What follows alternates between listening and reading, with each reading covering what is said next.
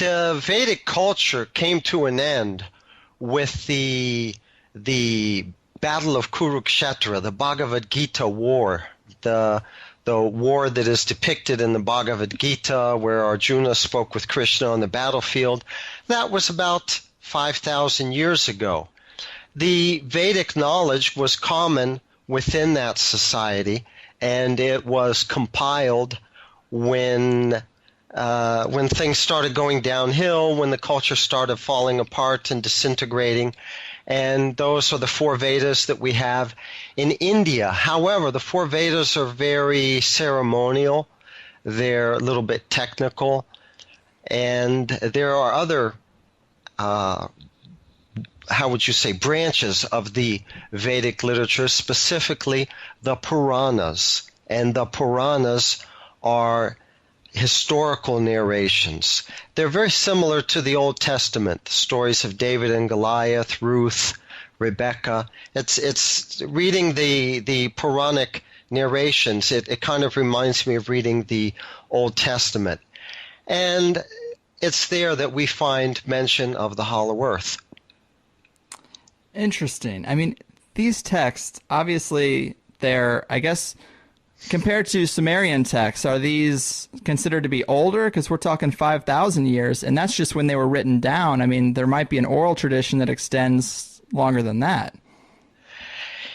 Yes, well, in the literature itself, what you see is that the Vedic society on Earth, which was once very much encompassing, it fragmented to Druid, to Indo-European, to various cultures that we know, that we think they're separate or similar, but they're ramifications, they're branch-offs. But yes, I don't see them as being older than the Sumerian.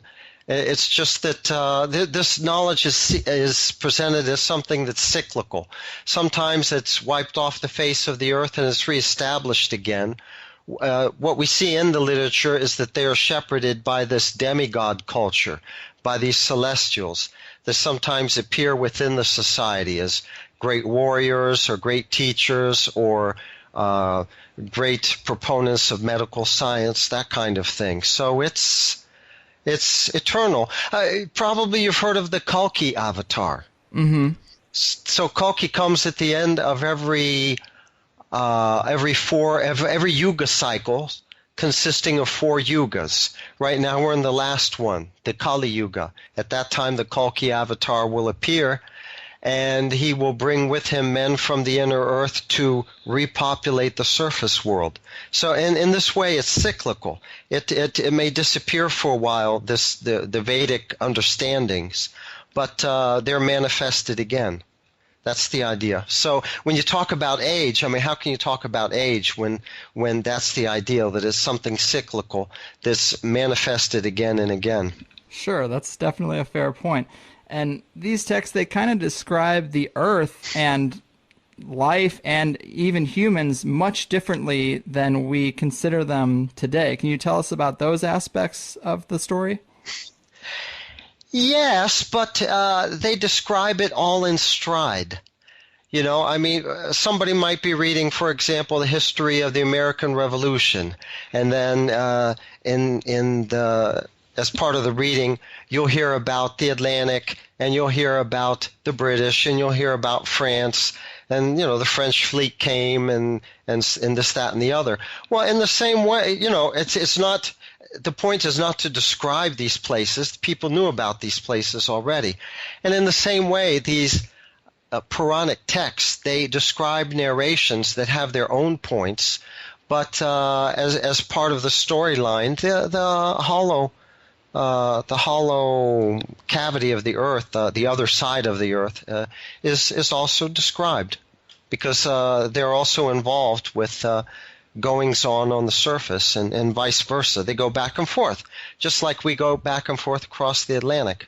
So they're described, but they're described in that way. It's kind of in stride. Yeah, kind of like it's just it's given knowledge. And that is interesting. But don't they talk about a cloud layer up in the sky that seems very different than the clouds we have now, right?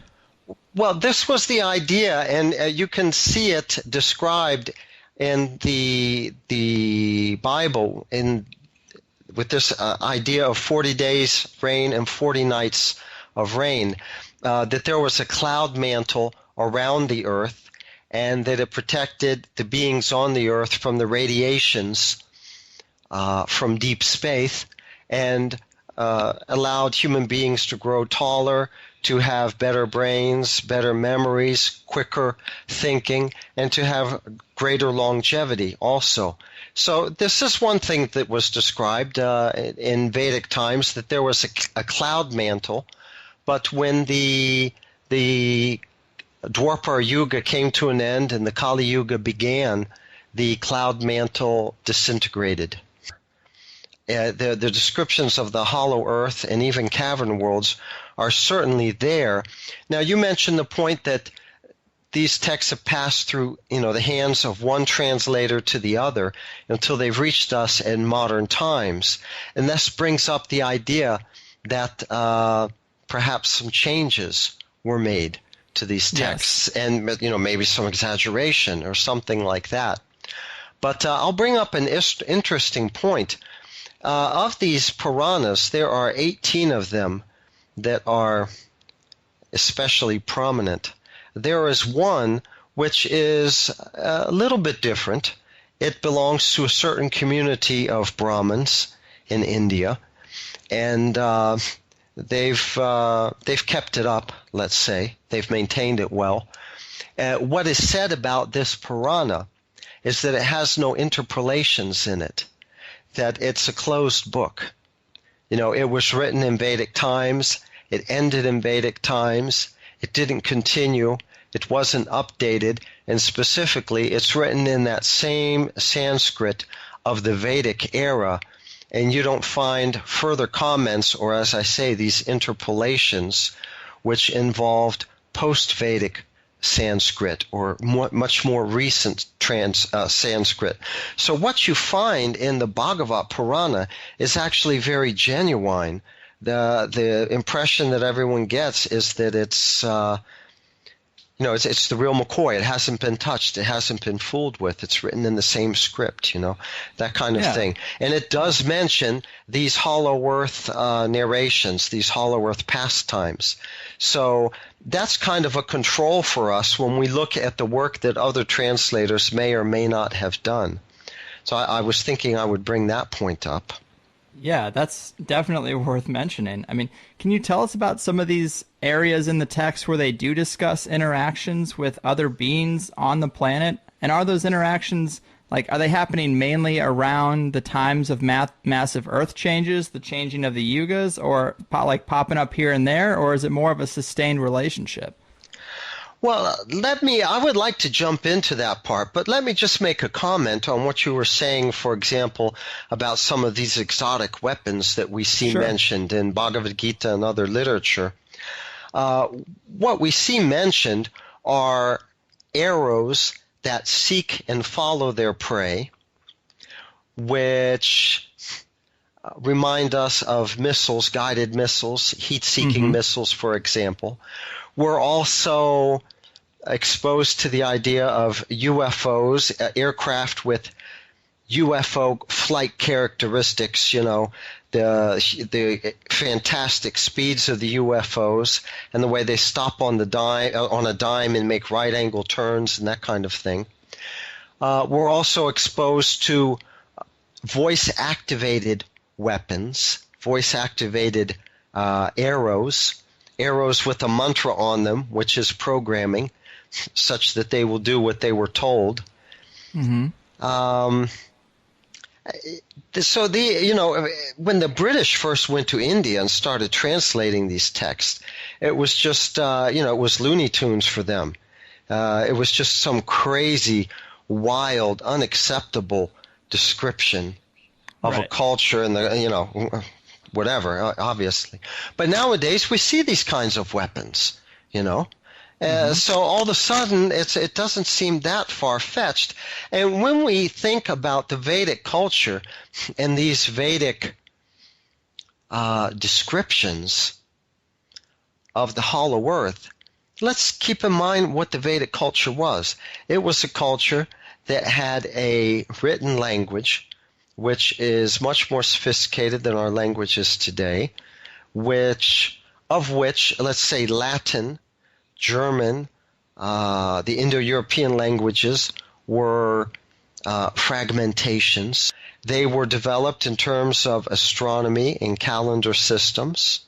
They were developed in terms of mathematics, and we're talking about certainly algebra. So these are not just like the Yanomami Indians of Brazil that have some folk legend about the Hollow Earth or something like that. These were actually at least the Brahmin caste. They were very educated and had a lot of information and knowledge to their credit.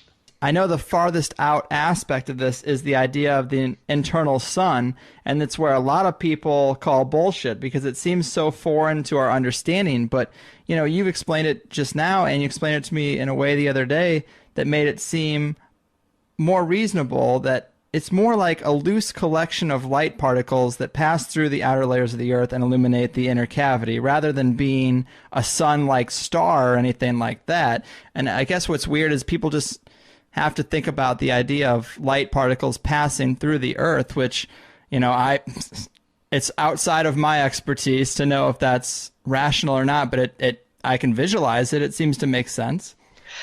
Yeah, well, this is another obstacle to overcome, something that has to be understood. How do you get light within the crust and the cavern worlds? They're enclosed. And then you've got this hollow cavity, which is very big, but the openings are actually relatively small. I mean, they don't let in a lot of sunlight, not at all. So how do you get sunlight? How do you get heat and warmth, to make vegetation grow within the hollow earth? A hollow sun has been,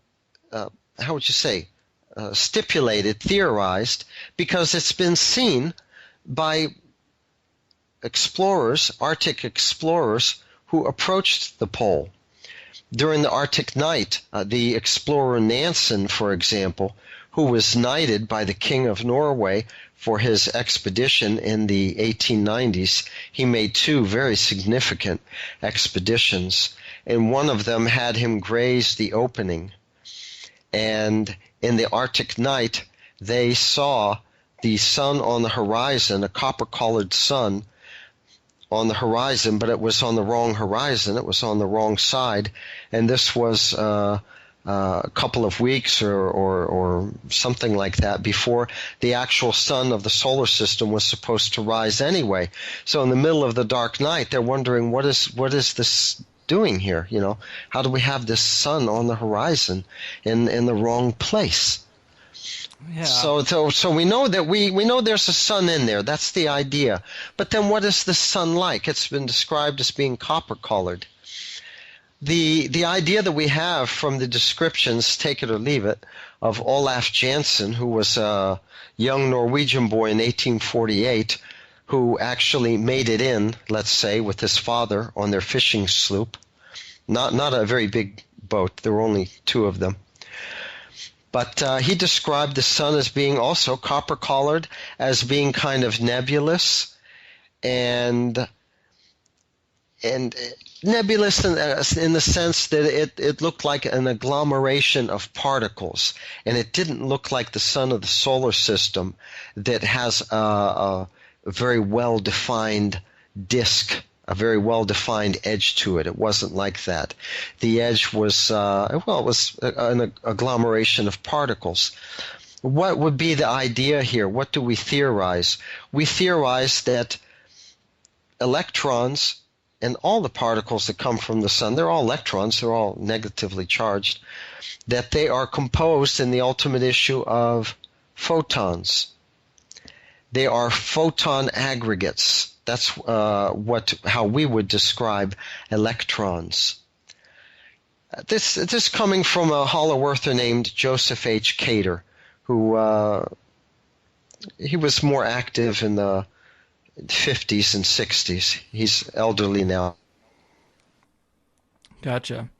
Yeah, I mean that aspect of it is super interesting, but I feel like we've done a pretty good job of explaining it, or mainly you. But let's go through some of these stories. I mean, you mentioned the expeditions in the Arctic, and I've heard you describe some pretty strange navigational behavior near the North Pole on some of those early expeditions to discover it, and you equate that to the false assumption that the Earth is a sphere, where in reality at the North and South Poles they sort of sink in like big punch bowls long before you get near the actual pole or the hollow Earth entrance. Can you tell us about those early expeditions and that aspect to the Earth's geology? Well, I can, but perhaps you'd give me just a few seconds to wrap up very quickly what I was actually driving at. Sure. With these particles that pass through the Earth. When they make it to the hollow portion, some of these particles, they get captured and they bounce around, they break up into their constituent photons, and that's how you have this omnipresent light that manifests in the hollow cavity.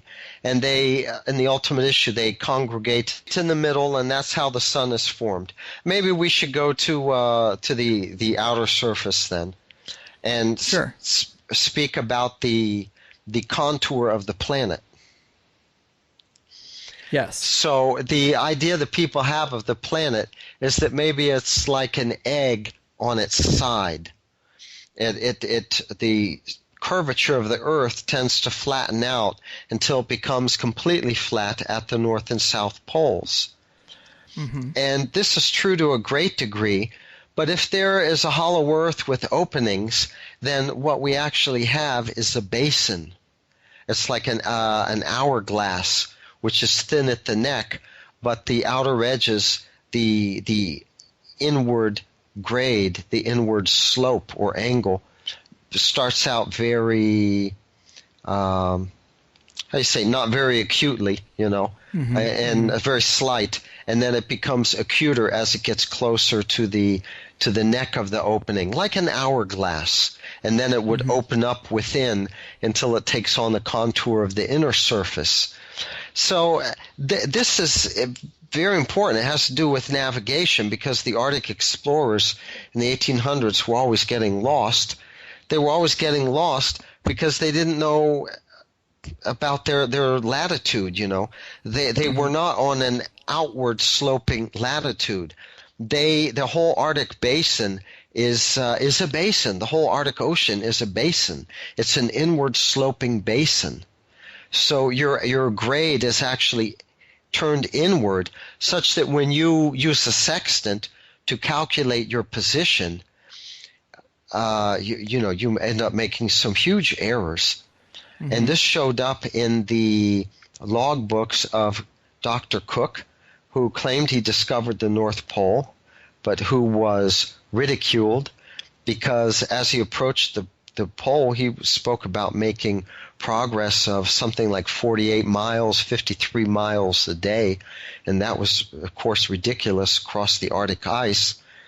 And then a few years later, Admiral Peary was awarded the honor of having discovered the North Pole, and his logbook made more ridiculous claims along the same lines.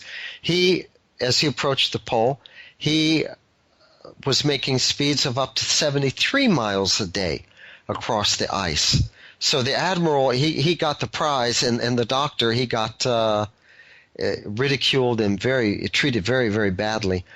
But what makes this happen? You're going up a certain slope until you reach the outer rim, which the outer rim is actually flat. And then when you start edging downward and going inward, something happens. It's the same effect that you would have if you're in an auditorium which is dark, like in the movie theater, and you have the ushers with these flashlights in their hand.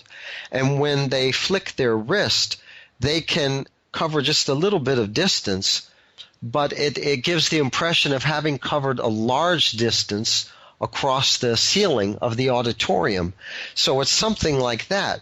You travel a few miles, and the grade becomes very sharp. It goes from outward sloping to inward sloping. And when you project this against your celestial navigation, it seems like you just made 73 miles of progress that day. So this means that you're getting over the hump and you're really going down into the sharper angle of the hollow earth opening. But you don't realize it because all you see is flat land stretching out, all around you. But your navigation will tell you that you're getting close because the inward grade is getting steeper. This is one effect of the inward slope. People get lost and they report these speeds, Right. That's a good explanation, because I think for me, when I first started hearing about the hollow earth, it was hard to visualize, to get a solid grasp on how those pole openings work, because I think the first thought would be that it's kind of like coming up to the edge of a massive cliff, and it's nothing like that. It's seems like almost like a big hill in the ocean, and you go up and then you start coming down the other side, almost like the momentum of a roller coaster. Right. Is that accurate? I would go along with that. But to give you an idea of the slightness of the grade, at least in the beginning, right above Ellesmere Island. In fact, it must have been they were still on Ellesmere Island in Canada, which would have put them. This was who? This was Admiral. This was Admiral Peary. He wrote 4 years in the Arctic North, in the White North, something like that. But what he recorded as they were traveling northward, that there was foreshortening of the horizon, and he mentioned a mountain, he mentioned a hill. So he was not on the ice yet. He was still on Ellesmere. This puts him 500 miles away from the North Pole. And what he said was that they would see the tip of this mountain or this hill sticking up above the horizon in their binoculars. So they would say, okay, that's 9 miles away, the horizon, and they would head towards it, but they would arrive very quickly, like maybe after 6 miles. And this tells us that the slope, the angle of the curvature is already has a downward and inward slope to it. But by the time you get to the North Pole, I mean that's a very slight slope. It's not very sharp at all. No, it's not like a precipice. It's not like the edge of a cliff. It's in the area where all the Arctic anomalies have been noticed that indicate that we're close to an opening. Near the area where the polar explorers always noticed that the animals are migrating for the winter, but they're migrating northward. From that area where they say, well, the wind is blowing, but when it comes from the north during the winter, it's warmer. And then the ice on deck starts melting. From that area where the pollen clouds come blowing across the entire ice scape and cover the entire surface with pollen, this orangish pollen, et cetera, et cetera. That's where we think the opening is, and that's where we see this whitish disk. Yeah. So that's fairly good evidence right there. Yeah, it's super interesting, and I like that it's able to be backed up by some of those satellite images. It's super interesting and contradictory to everything I've ever been taught. But we've kind of bogged the people down with science and the knowledge of the ancient texts, and we're about at the halfway point of what we were going to do here. Let's look at some of the stories, the massive amount of anecdotal evidence that the Earth is different, especially around those pole areas. I think a lot of them are a good place to start. They come out of what's typically known as the age of exploration. When Europe got their ships out there, the 1400s, 1500s, is that when we start to see these stories coming out?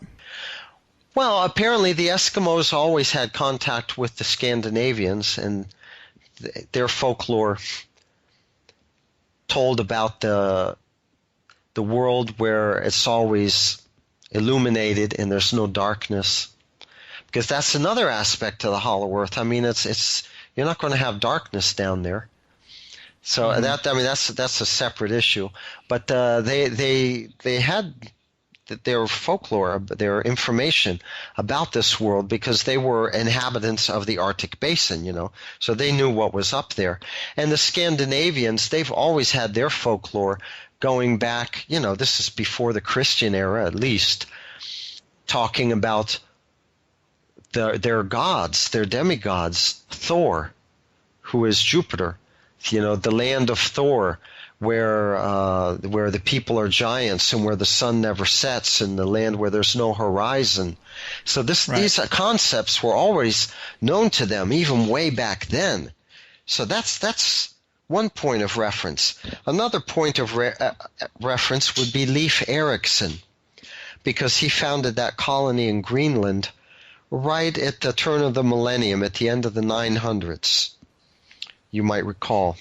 And that was a colony that flourished very much so because of the support that came from Europe. They sent a boat or two every year to bring supplies and things people couldn't manufacture. And that colony went on for years. Now, the bubonic plague beset Europe in something like the late 1200s, and they were not able to maintain contact with their colony in Greenland anymore. This was between Greenland and North America. It was on that side of Greenland, the colony. And in the meantime, the Scandinavians had passed the control of the colony to the Danes, because the Danes were a bigger, wealthier, or more populated country, and they could handle the expenses. So they stepped up and took over by that time. But the contact was lost, and something like a couple hundred years went by. And then just like maybe 50 years before the Columbus discovery, people started to wonder, well, whatever happened to this colony? We left these people there. There were hundreds of people there. What if they flourished? What if they're still alive? What if they still speak their Norse language? We have a Christian duty and that kind of thing. And they sent a ship. And the ship found the remains of the colony. And they were able to communicate with the Eskimos and ask what happened. And the Eskimos told them that the Vikings ended up trekking up towards the north across the Arctic ice to the inner world where it's always illuminated and the sun never sets and all that. So that's another point of reference. Even from before Columbus, they were coming back and saying, well, they went into the Hollow Earth, Yeah, that's crazy. And you mentioned Scandinavia, which, of course, I've heard you talk about the origins of the Santa Claus story, which come from that region. And there's a tie-in to the Inner Earth, possibly. Would you like to tell that anecdote? Well, yeah, that's very interesting. The Santa Claus folklore. The idea is that this holy person comes with elf-like creatures. I mean, who knows? Maybe they were Eskimo helpers or maybe actual elves. But he came from the inner earth, from the north, and he was a great mystic. He was a holy man and a great mystic, and he would come on this huge sleigh, and he would bring supplies and food and things to help the people during the winter. And he, like any holy man, I guess he lived for others and believed in charity and that kind of thing, and he helped the people. And this is one of their myths, and this was the whole beginning of the Santa Claus myth. That Santa Claus came from the inner earth. Amazing. Yeah, it is funny when you tie it into that. But now, if we how about the Smithsonian Institute? That's all Hollow Earth right there. It was founded by Smithson, a Scotsman, who after the Revolution bequeathed a great fortune to the establishment of these museums and also a sum of money to fund an expedition to go to the Arctic and find the opening to the hollow earth, to explore it inside and to bring back examples of its fauna and vegetation, and to display them in this museum that was built. And that was the first museum, the original Smithsonian Museum. So the whole Smithsonian Museum was built in order to showcase the findings from the hollow earth when they got back from their expedition. Can you believe that one? Richard Dewhurst, he wrote this book about the Smithsonian's cover-up of any artifacts that come through about giants. They seem to take them in, but they never reach display. They always seem to get lost, and they seem to go missing or become hidden. And that's interesting because these giants are thought of to possibly have come from the inner earth. We hear stories about them in various ancient texts, and there's plenty of myths about giants, but apparently that's where they might have came from. Yes, and not only the cavity, but also from cavern worlds. These giant human beings, they've been seen in other parts of the world. Who was it? Captain Cook, not Dr. Cook, but Captain Cook, the English explorer. He ran across one of these giant people. I think that they're supposed to have been 8-9 feet tall, a tribe that was living in the Andes Mountains. But down there in Patagonia, he was able to actually capture one of them. And but the person jumped off the ship in the middle of the ocean when they were taking, after they had already put to sea. And who knows what happened to him, but they couldn't recover him. So that's one example. And then we have the Amazon warriors that were encountered by the Spanish expedition headed up by Orellana. And I've really looked into that one, and it's very much for real. They had a chronicler with them. They had a church friar with them who, had studied and who was literate and whatever. And he was writing down a report, keeping a log of the whole expedition. Sensible man, educated man, religious man, not apt to tell lies, we wouldn't think. And they had to battle their way as their two boats went down the Amazon River from the Peruvian headwaters towards the Atlantic. And around the middle, let's say, they encountered, this would be near the city of Santarém in Brazil. If you look on a good map, you'll see that city along the Amazon River, a little bit above Santarém.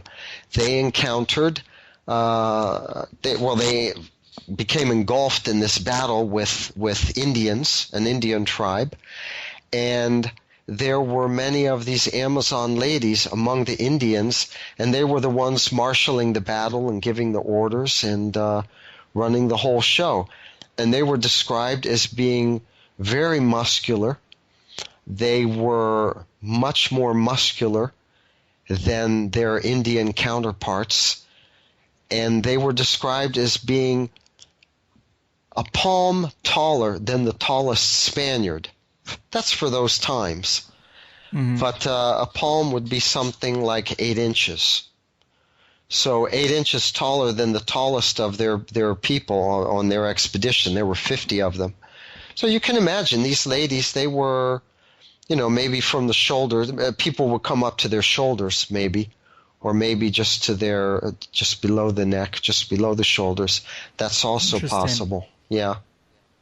So and they are described. They are related to cavern worlds, the Amazon warriors, these lady warriors, the female warriors. You may not realize it, but Christopher Columbus on the island of Guadalupe, he was told by the Indians that there were lady warriors that lived in the caverns inside the earth, and they would come out sometimes and battle and kill and take hostages and things like that.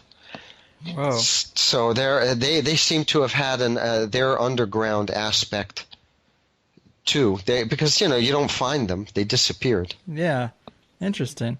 So let me bring us back to this era of exploration a bit, in the 1500s and that kind of era, it seems like if there were discoveries and an orchestrated effort made to keep information from the public, because clearly, the powers that be, the shadowy elites that run the planet, they have to know this information and keep it hidden. And it seems like that would be the era where, at least among a certain level of leaders, it seems that that's where that concerted effort would start to happen. I mean, are there any stories from that time that jive with that idea?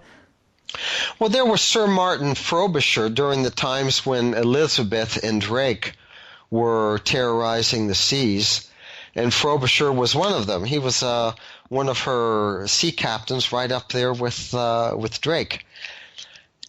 He was commissioned to go to the Arctic and to explore the Arctic shores.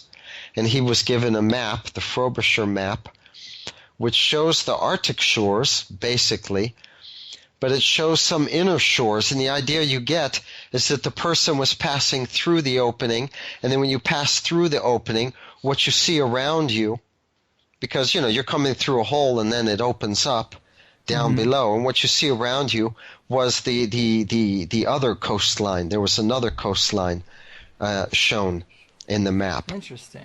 Yeah, so there's that. And then there was Henry Cabot, another explorer who was searching for the Northwest Passage. Well, he disappeared, but supposedly he was poking up there. And then when they were searching for the lost Franklin expedition around 1850, all of the explorers, especially the military rescuers, especially the military ones, were warned about not going up above and across the Arctic. They didn't want them to go poking around up there.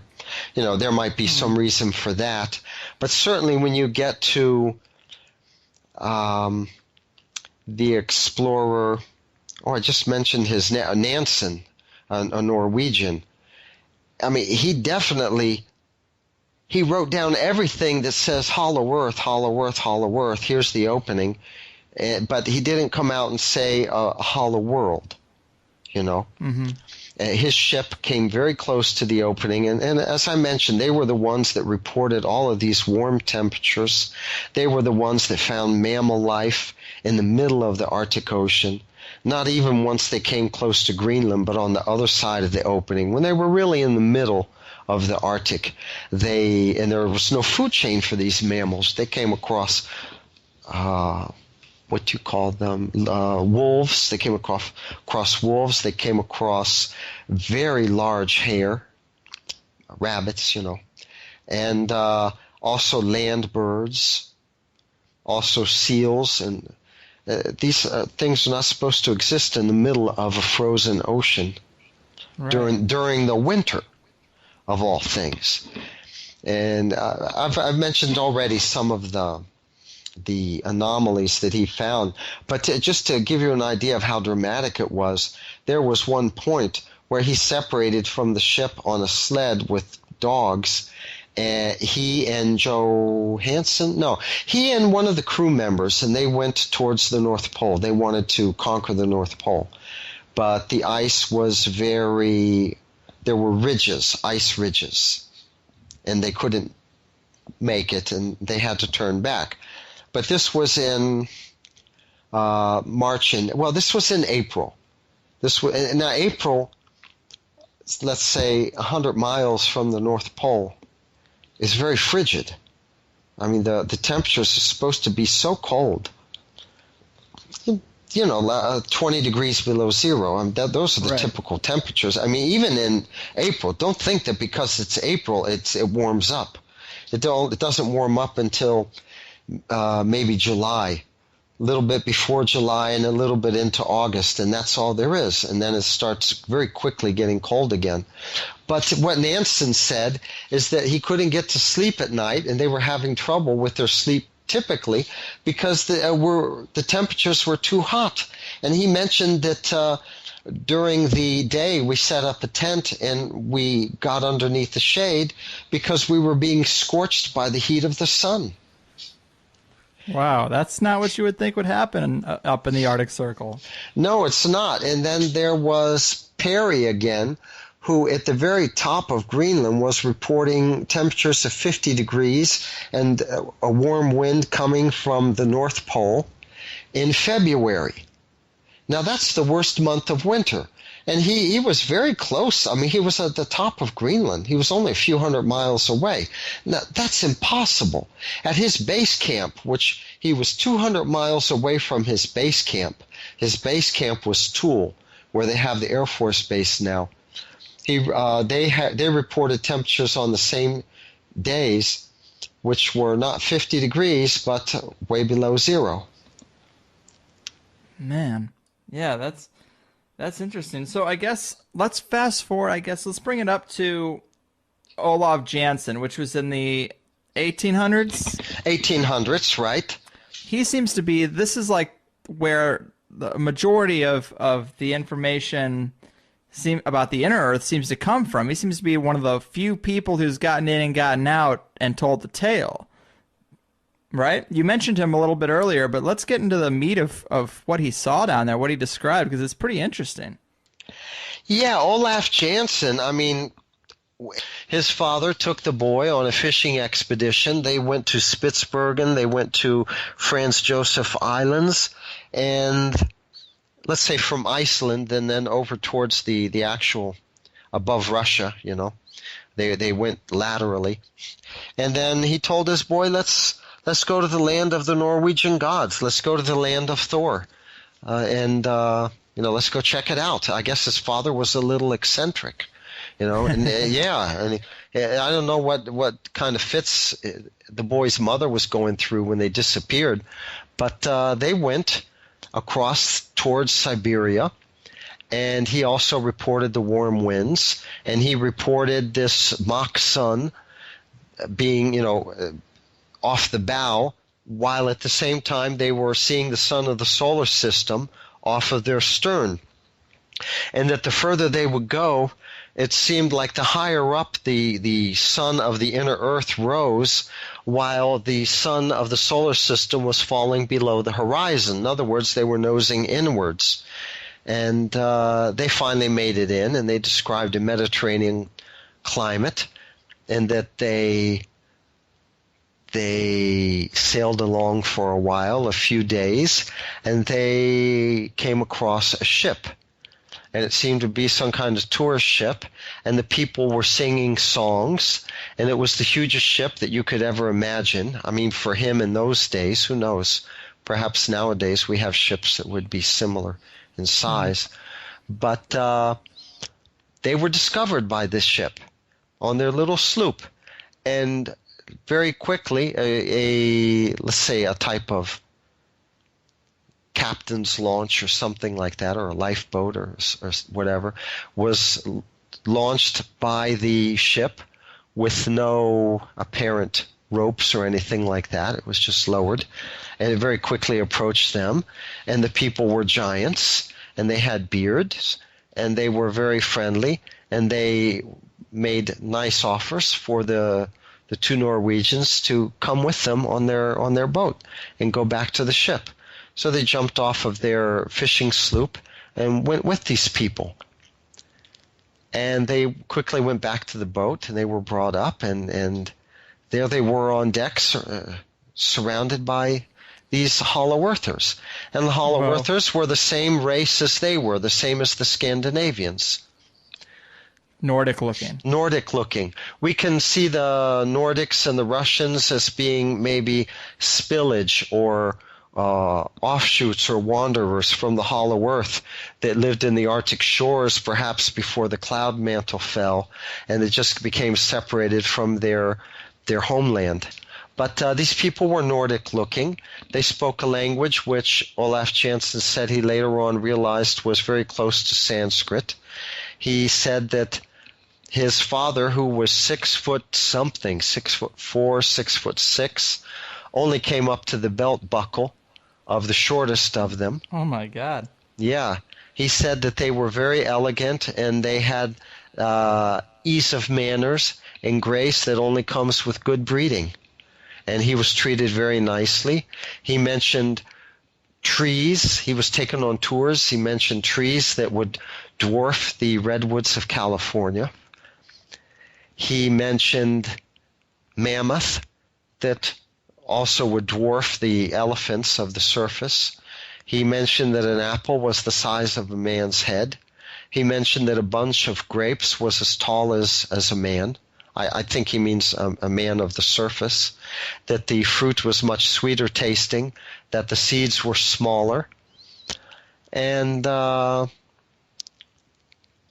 he was even taken to see the king or the emperor of one of them. And they were treated very nicely. Their ship was filled with, or their boat was filled with gold, and after 2 years they decided to go back to their destiny and their world on the surface.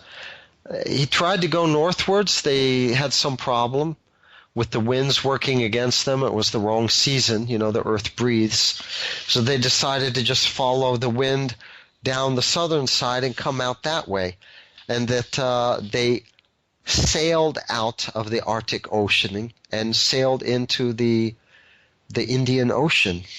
This suggests that actually, although it's covered with ice, that Antarctica does have a channel going through it, or did. And at any rate, their ship had a problem on the Indian Ocean. They were still very close to Antarctica, and especially since it was too weighty with gold. And the ship sank. It went plop, and it sank. And his father was quickly drowned. His father was below decks or something like that, and the ship sank like a gold weight. I'm not going to say like a lead weight.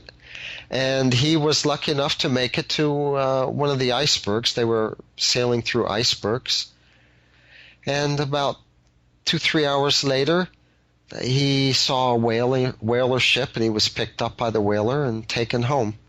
And he was seen as being rather crazy and had some problems. But wow. That's his story. That's interesting, man. That's those detailed accounts of the fruit and the beans. That's pretty interesting to me. I guess one of the most famous accounts, anyone who's heard of the Hollow Earth has probably heard of the Admiral Byrd story. There are contradictions, and they haven't been explained very well. So, what did his expedition find? Were there any interesting details about the inner world or anything? I can tell you the only things I've heard, and I didn't tell you this before, but the one I got this from was my father. Oh, wow. Yeah, my father was, he joined the Navy in 1936. He's an original plank owner, original member of the cruiser Brooklyn. And after World War II, of course, he was still in the Navy. He stayed in until 56. And he was on that expedition. And the way this came to my attention is that during the Barry Goldwater campaign, I was just a little boy, and Johnson was running these ads against him where it showed this big nuclear mushroom cloud, and it depicted Goldwater as being irresponsible or something like that. Mm-hmm. And I remember my mother and father were talking about Armageddon and what could destroy the world, and he was talking. He brought up this expedition, and she always got on. She got on. This was the first time. I was really about 8 years old. I remember the house we were living in then, and she got on him about how, there you go again with that stuff, that you were on the Bennington. But when you got back to Australia or something like that, you wrote me a letter and you said you were on the Philippine Sea. So, and then you always said that you were on the Philippine Sea, and later on you did a tour on the Bennington. And he was swearing that, no, I only served on the Bennington. I was on the Bennington twice. And she would say, well, I wish I had kept that letter. I don't know why you keep saying that. And I don't know why, but he didn't want to say that he was on the Philippine Sea, which is the one that went down there. But he told her at this time when we were watching this commercial on television, it was in the afternoon. I remember everything that happened that day. And he told her that the pilots, they went down there and they investigated, and they flew because there were reports of Nazi UFOs down there, or flying saucers, or some weird contraptions like that. And they got jumped, and we lost a few aircraft, and they came limping home, and they landed, on the deck, and we had to hightail it out of there. And I remember him telling her, she was trying to ask, well, what was it? What did they find? And he was saying, well, it was sort of a depression that they're in. They're in a depression there, and that's where they were staying. And he didn't have any exact information because, come on, he was a chief petty officer. They didn't tell him about it, But there was scuttlebutt on the ships, and that's all anybody knows about, that these aircraft went down there, and a lot of aircraft, and they were encountered by UFOs. They were treated abruptly. They opened fire or something like that. There were exchanges, and they really got whipped. Lost aircraft. And see, I guess the prevailing theory is that these were Nazi crafts. I know there's a lot of weird occult themes and strange technology that surround the Nazis, and they took a lot of interest in the poles. Some even think Hitler did escape to Antarctica. Do you think they were aware of the inner Earth? Well, it's funny. They sent the expedition to the African side, New Schwabenland. There were 2 or 3 large ships, and they did have a couple of seaplanes with them, and they did do a lot of exploring, but they were on the wrong side. They were exploring because they were looking for the entrance to the Hollow Earth. Exactly. This idea, if this is true and all the forms we're discussing, you realize this would be the mother of all conspiracies, right? This would be one of the ultimate secrets to have kept all these years, right? Well, I think that there's a worldwide conspiracy much wider and just much more far-reaching than anybody could possibly fathom. It's kind of hard to just come out and tell people whether the source of our civilization is actually from the hollow world and we've broken away and that's our homeland, and things like that. They would lose control, and all of the people from the surface can't go there anyway. And I don't know. What are they supposed to do? Of course they're not telling us. Mm-hmm. Yeah, I actually have thought about the idea, well, it's clear the way the rulers rule is through fear and propaganda and misinformation. And it's interesting when I think back to a time when people thought the world was flat, when they thought the earth was flat, and the big scare was, oh, you don't want to venture too far from home, you might fall off the earth. And that just seems like a story you would tell someone that you wanted to keep under control. I wonder if the leaders really believed the earth was flat, or if that's just something they were able to propagandize to keep a better thumb, to keep everybody under their thumb. And maybe the secrets of a hollow earth is just that to another level. But with technology expanding to the everyman, it seems harder to keep a lid on this. Are there any stories of a concerted effort to cap some of these holes to the cavern worlds, or collapse some of these tunnels so that people can't access them? Now, about attempts to cap the openings to cavern worlds, which the cavern worlds theme interests me very much because it's right where we are. You don't have to travel across 2,000 miles of frozen Arctic wasteland in northern Canada and all that, and carry your fuel with you and food and survive the elements to get to where these cavern worlds are. Right. They're everywhere, and it's not just in the jungles of the Amazon. They're in North America. They're everywhere. For example, the Apache Indians were known for escaping through tunnels. They only fought one pitched battle with the cavalry. They would spring raids on the cavalry, usually from the mountains, from above, while the cavalry's in a canyon or something like that. And then they would run off through these tunnels and caves, and the cavalry would never catch up with them. And they would show up like on the other side of the border in Mexico 2 weeks later, something like that. And nobody saw them traveling across land. So this is very interesting. Now, right where the Apaches had their chief activity, where they were the most active, where they defended the most, and especially one area where they fought a pitched battle to keep the cavalry away, which is close to the Panamint Mountains, if I'm not mistaken. It's up there near Area 51, and it is an area where there are reports of tunnel entrances and steps, cut steps into the rocks, and auditorium-sized rooms that opened up. But what went on during the early 70s, right in that area, something like, according to David Hatcher Childress, 25 miles from where the Apaches were most active, were the underground atomic explosions. So if there were cavern worlds in this area, and there were, the world of the Apaches or something like that was actually below the surface of the earth, or some cavern world was down there, at one point, we just weren't able to make peace with them or subjugate with them, and they did these underground atomic explosions. And the Russians did a few too. And then the Hindu Kush, which is known, that's where you have the most folklore about underground worlds, Shangri-La and that kind of thing. The Pakistanis engaged in some underground nuclear testing also.